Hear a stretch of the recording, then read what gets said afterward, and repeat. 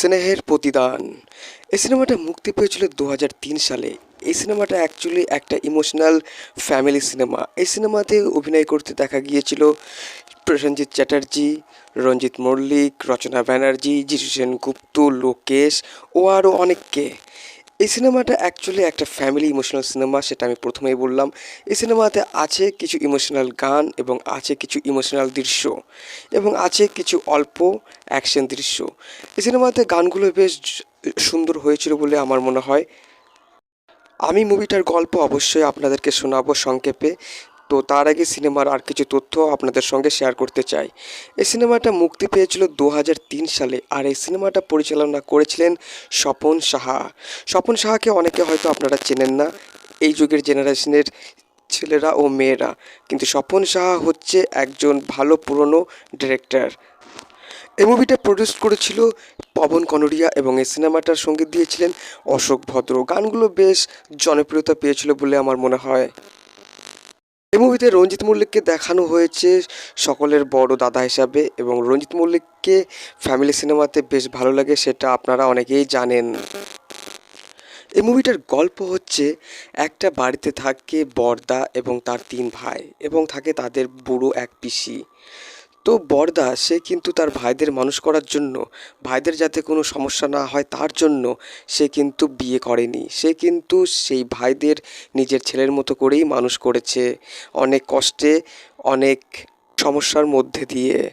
তো ভাইগুলো সব বড় হয়ে ওঠে এবং যে ছোট ভাই থাকে সে ডাক্তার হয়ে যায়, আর যে তার বড় থাকে সে পুলিশ অফিসার হয়ে যায়, এবং যে সকলের বড় থাকে সে হচ্ছে লন্ড্রিতে কাজ করে। প্রসেনজিৎ চ্যাটার্জি, যার ক্যারেক্টার নাম হচ্ছে আকাশ। তো এদের সকলের বড় দাদা রঞ্জিত মল্লিক, সে কিন্তু সেই ভাইগুলোর সৎ দাদা। তো সৎ দাদা হওয়া সত্ত্বেও রঞ্জিত মল্লিক, অর্থাৎ সে ভাইদের দাদা, সে কিন্তু কখনোই তাদেরকে সৎ দাদার মতো দেখেনি। তো রঞ্জিত মল্লিকের বড় ভাই অর্থাৎ প্রসেনজিৎ চ্যাটার্জির সঙ্গে ছোটোবেলায় একটা কবিতা নামে মেয়ের সঙ্গে বিয়ে ঠিক হয় দুই পরিবারের কথার দিক দিয়ে। তো অন্যদিকে সেই মেয়েটিও বড় হয়ে ওঠে, তার নাম হচ্ছে রচনা ব্যানার্জি, যার ক্যারেক্টার নাম হচ্ছে কবিতা।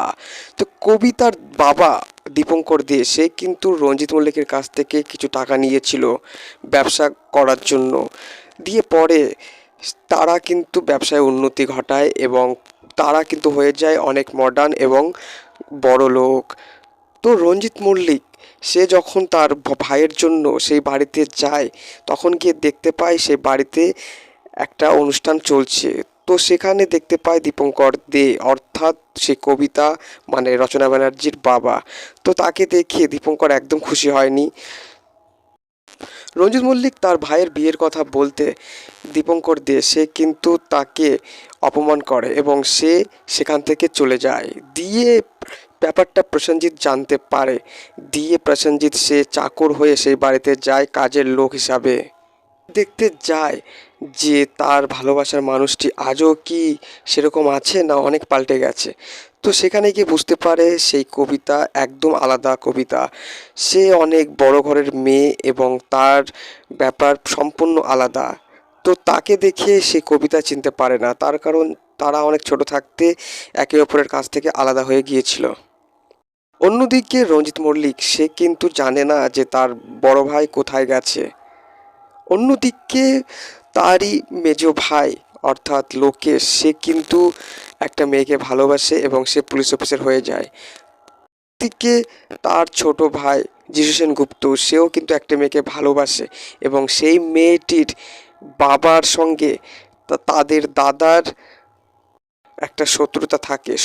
শত্রুতা থাকার কারণ হচ্ছে সেই লোকের বোনের সঙ্গে রঞ্জিত মল্লিকের বিয়ের ব্যাপার ওঠে, কিন্তু রঞ্জিত মল্লিক বিয়ে করা নিয়ে মানা করে দেয়, তার কারণ সে বিয়ে করতে চায় না তাদের ভাইদের ভালোবাসা কমে যাবে বলে। তো সেই কারণে সেই মেয়েটি কিন্তু বিষ খেয়ে আত্মহত্যা করে নিয়েছিল। তো সেই কবিতা অর্থাৎ রচনা ব্যানার্জি সেই প্রসেনজিৎকে অর্থাৎ আকাশকে সে চিনতে পারে আর বুঝতে পারে তাদের ভালোবাসা। তো তারা এক হয়ে যায়, দিয়ে তারা সুখে দুঃখে সংসার করতে থাকে। অন্যদিকে লোকেশ অর্থাৎ রঞ্জিত মল্লিকের মেজো ভাই, সে একটা মেয়েকে ভালোবাসতো, আমি বলেছিলাম। তো সেই ছেলেটি সেই মেয়েটিকে বিয়ে করে সেই বাড়িতে থাকতে শুরু করে। দিয়ে সেই মেয়েটি একটু আজে বাজে ব্যবহার করে, সেটা একটা অন্য দিকের ভয়ের কারণে পরে ব্যাপারটা ক্লিয়ার হয়ে যায় আর মেয়েটার কোনো দোষ থাকে না। অন্যদিকে তাদের ছোট ভাই ভীষণ গুপ্তর ভালোবাসা নিয়ে বড় সমস্যা হয়। তার কারণ সেই মেয়েটার বাবা সেই বাড়িতে মেয়ে বিয়ে দেবে না। দিয়ে এই নিয়ে চরম একটা ব্যাপার চলতে থাকে। তো রঞ্জিত মল্লিক সেই সকলের দাদা, সে যদি বাড়ি থেকে চলে যায় তাহলে সেই মেয়ের বাবা তাদের ওই ছোট ভাইয়ের সঙ্গে তার মেয়ের বিয়ে দিয়ে দেবে। তো রঞ্জিত মল্লিক ব্যাপারটা জেনে বুঝে সে কিন্তু বাড়ি থেকে চলে যায়। আর পরে যখন ওই লোকের অর্থাৎ সেই যিশু সেনগুপ্তের হবু শ্বশুরের যখন ভুল বোঝাবুঝি মিটে যায়, তখন রঞ্জিত মল্লিক আবার বাড়ির জায়গায় পৌঁছে যায় আর সিনেমার গল্প শেষ হয়ে যায়। তো বন্ধুরা, এই ছিল সিনেমার সংক্ষিপ্ত কাহিনী। আশা করি আপনারা গল্পটা সংক্ষেপে বুঝতে পেরেছেন। তো এই সিনেমাটা পরিচালনা করেছিলেন স্বপন সাহা। এই সিনেমাটি মুক্তি পেয়েছিল 2003 সালে। এই সিনেমাতে ইমোশনাল ব্যাপার আছে, সেটা আপনারা আমার গল্প শুনে বুঝতে পেরেছেন। ছিল কিছু অ্যাকশন দৃশ্য এবং ছিল কিছু ভালো ভালো গান। তো এই সিনেমাটা সেই আমলে আমার মনে হয় বেশ ভালোই চলেছিল। তো এটা অ্যাকচুয়ালি একটা ফ্যামিলি সিনেমা, সেটা আপনারা গল্পটা শুনে হয়তো বুঝতে পেরেছেন। তো এই সিনেমাতে প্রত্যেক কটা ক্যারেক্টারের অভিনয় বেশ ভালোই ছিল বলে আমার মনে হয়, এবং প্রসেনজিতের কিছু গান আছে, গানগুলো আমার মনে হয় বেশ ভালোই হয়েছে। তো যিশু সেনগুপ্তর এটা একেবারে প্রথম দিকের সিনেমা, কিন্তু তারও অভিনয় ছিল বেশ ভালো। তো আমার এই তথ্যটি ভালো লাগলে লাইক কমেন্টস করবেন এবং নতুন হয়ে থাকলে চ্যানেলটি সাবস্ক্রাইব করে পাশে থাকা বেল আইকনটি টিপে আমার সঙ্গে থাকবেন।